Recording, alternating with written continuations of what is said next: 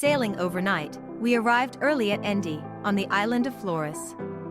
Flores is one of the larger of the lesser Sunda chain in Indonesia, and we were to spend the day there. Flores gets its name from the Portuguese who governed the island, along with the Dutch, until the 20th century. Their influence is everywhere, from names of people, to Portuguese words as part of the language, to the huge Roman Catholic population that lives peacefully with the more recent Muslim population. Our visit inland started with a stop at a local orphanage, run by Roman Catholic nuns. We delivered gifts and supplies, and were given a presentation by the children.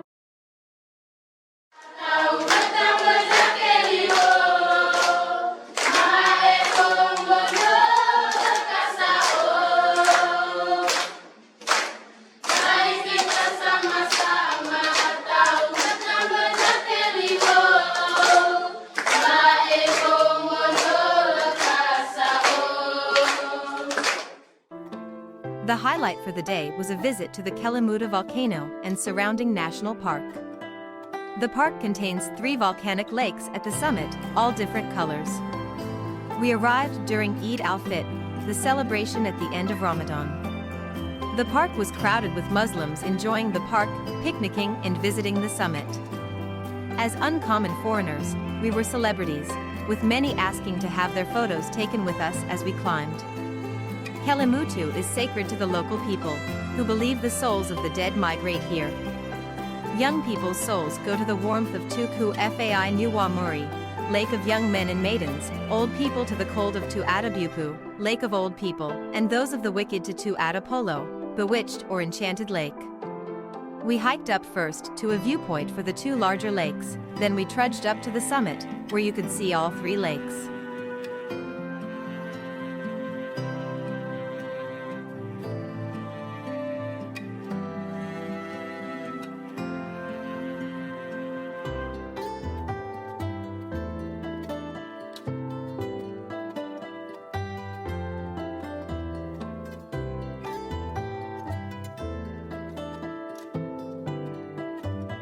As the afternoon clouds started rolling in, we headed back to Endi, passing through rice fields and markets, then boarded the Coral Geographer for our next stop, Lembeda Island.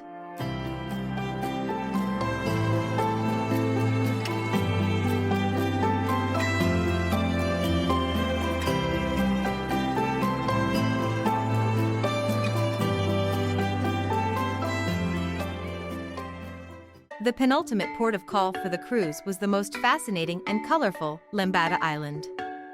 We arrived at dawn, boarded the Explorers, and headed into shore. Discovering the seas were too rough to land, we transferred into the Zodiacs for a wet landing. On this small volcanic island in the Savu Sea so remote that other Indonesians call it the land left behind live the Lamalurans, a tribe of 1,500 hunter-gatherers who are the world's last aboriginal subsistence whalers. They have survived for half a millennium by hunting whales with bamboo harpoons and handmade wooden boats powered by sails of woven palm fronds. They are the subject of the book The Last Whalers, by Doug Bock Clark. The boats are housed in thatched huts on the beach, each brightly painted with traditional symbols for protection. Some of the boats have been passed down for generations, many being hundreds of years old.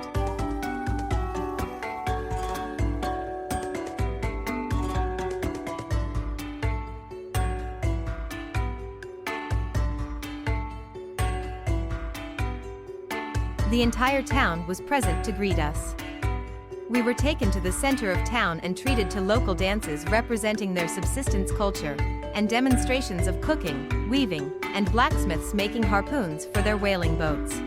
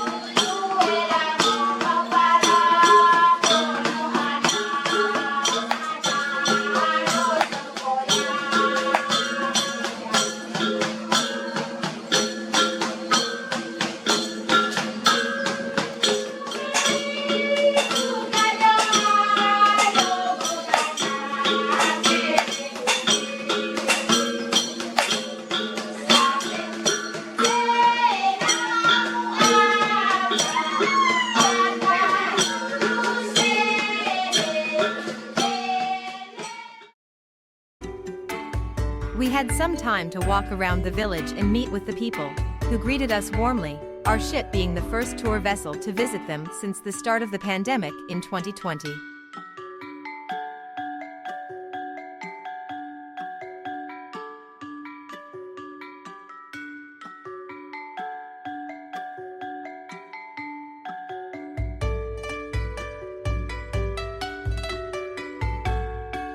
We then headed out to sea for a demonstration of their ancient whaling practices, the harpooners throwing themselves off the bow with the force of their throw.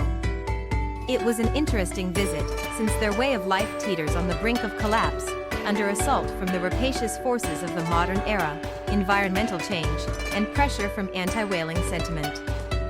We then headed across the Savu Sea to our last port on the island of Timor.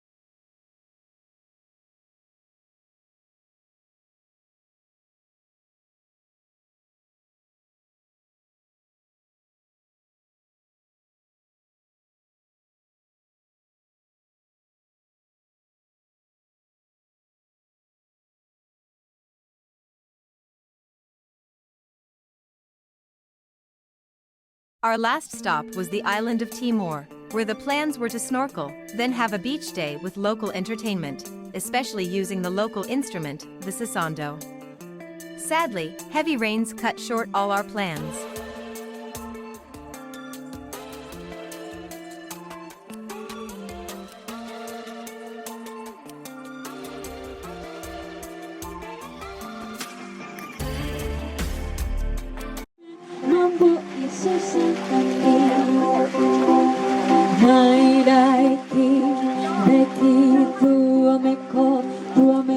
Pantai baru, kau lagi pantai baru.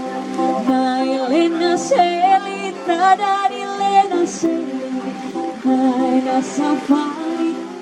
Our last day was at sea, crossing the Timor Sea, until we arrived back in Darwin, where we disembarked to start the next part of our adventure, Kakadu National Park.